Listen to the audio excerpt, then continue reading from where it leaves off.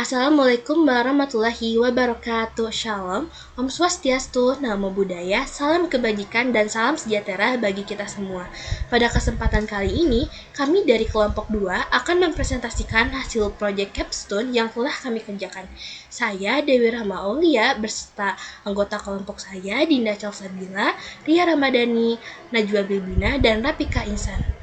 Topik yang kami angkat adalah tren perceraian di Indonesia periode 2023 sampai 2025 berdasarkan faktor penyebabnya. Kami memilih topik ini karena perceraian merupakan isu sosial yang berdampak pada individu, keluarga, dan kondisi psikologis.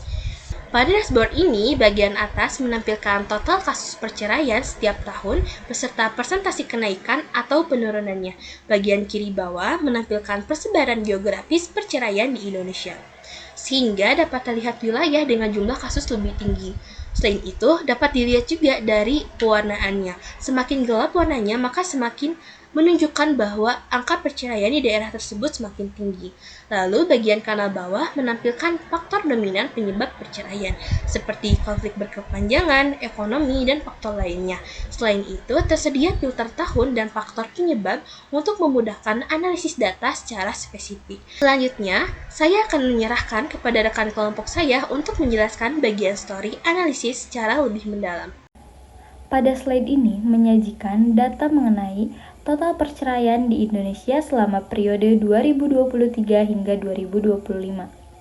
Jika kita perhatikan, terdapat pola fluktuatif yang sangat signifikan, di mana di tahun 2023 hingga 2024, kita melihat adanya tren yang positif di mana angka perceraian menurun sebesar 3%, yakni dari 10,3 juta kasus menjadi 10 juta kasus.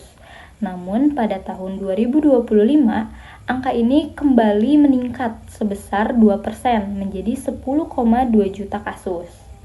Meskipun tidak setinggi angka di tahun 2023, kenaikan ini mengindikasikan adanya faktor-faktor baru yang perlu kita dalami kembali. Melihat pola fluktuatif pada tahun 2023 hingga 2025 ini, kita memerlukan KPI yang terukur. Nah, fokus utama kita adalah persentase penurunan angka perceraian. Jika pada 2024 kita berhasil turun 3%, maka target kita ke depan adalah menciptakan tren penurunan yang stabil, bukan fluktuatif, dengan target minimal 5% per tahun, melalui program penguatan ketahanan keluarga. Selanjutnya, di sini saya akan menyampaikan provinsi mana dengan jumlah perceraian tertinggi di Indonesia. Berdasarkan peta persebaran angka perceraian di Indonesia, terlihat bahwa setiap provinsi memiliki jumlah kasus perceraian yang berbeda-beda.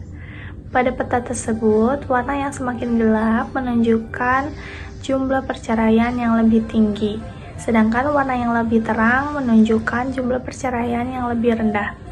Terlihat bahwa Jawa Barat merupakan provinsi dengan jumlah perceraian tertinggi karena ditandai dengan warna yang paling gelap.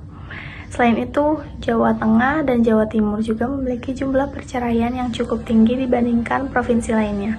Secara umum, wilayah di Pulau Jawa menunjukkan angka perceraian yang lebih tinggi dibandingkan wilayah lain. Sebaliknya, provinsi-provinsi di luar Pulau Jawa seperti Sumatera, Kalimantan, Sulawesi, hingga Papua cenderung memiliki jumlah perceraian yang lebih rendah karena ditunjukkan dengan warna yang lebih terang. Secara keseluruhan, peta ini memperlihatkan bahwa kasus perceraian di Indonesia lebih banyak terkonsentrasi di wilayah Pulau Jawa. Assalamualaikum warahmatullahi wabarakatuh. Nama saya Najwa Bilbina. Kali ini saya akan menjelaskan dari slide keempat, yaitu tentang gambaran umum dari data. Pada slide ini kita menunjukkan stabilitas faktor penyebab perceraian selama 3 tahun. Artinya kita bisa melihat apakah penyebab perceraian itu berubah atau tetap sama dari tahun ke tahun. Hasilnya, pola penyebab perceraian cenderung stabil dan tidak banyak berubah. Yang kedua, ada faktor penyebab utama. Berdasarkan diagram, Perselisihan atau konflik rumah tangga 64% paling dominan. Yang kedua itu ada faktor ekonomi sebesar 25%. Dan yang ketiga atau faktor-faktor lainnya itu seperti perselingkuhan, kekerasan, judi, dan lain-lainnya itu sangat kecil, hampir 0%. Kesimpulannya, konflik ini terus-menerus adalah penyebab utama perceraian, jauh lebih besar dibanding faktor-faktor lainnya. Yang ketiga ada makna stabilitas data. Selama 3 tahun, tidak ada perubahan yang signifikan dan faktornya terus sama, muncul terus-menerus. Yang keempat ada penjelasan dari berdasarkan beberapa teori. Teori pertama itu dari marital adjustment theory yang menjelaskan bahwa kemampuan pasangan dalam menyesuaikan diri itu sangat rendah sehingga timbulnya konflik yang tidak terselesaikan dan hubungan yang tidak stabil. Yang kedua ada teori dari Gottman yaitu marital relationship, yaitu konflik yang terus berulang menandakan bahwa komunikasi itu sangat gagal.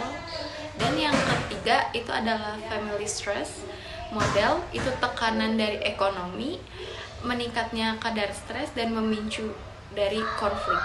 Yang keempat ada social exchange theory, hubungan dipertahankan kalau ada keuntungan ataupun kerugian. Kesimpulan dari pembahasan ini, penyebab perceraian utama adalah konflik yang terus berulang, faktor ekonomi juga berperan sebagai pemicu tambahan, dan pada pola ini konsisten selama 3 tahun, artinya masalah sistematis. Intinya, perceraian terjadi bukan karena satu masalah besar, tetapi karena konflik kecil yang terus menumpuk dan tidak terselesaikan. Baik, selanjutnya di sini saya akan membahas tentang rekomendasi intervensi psikologi dalam mencegah perceraian. Yang pertama, ada konseling pasangan berbasis komunikasi.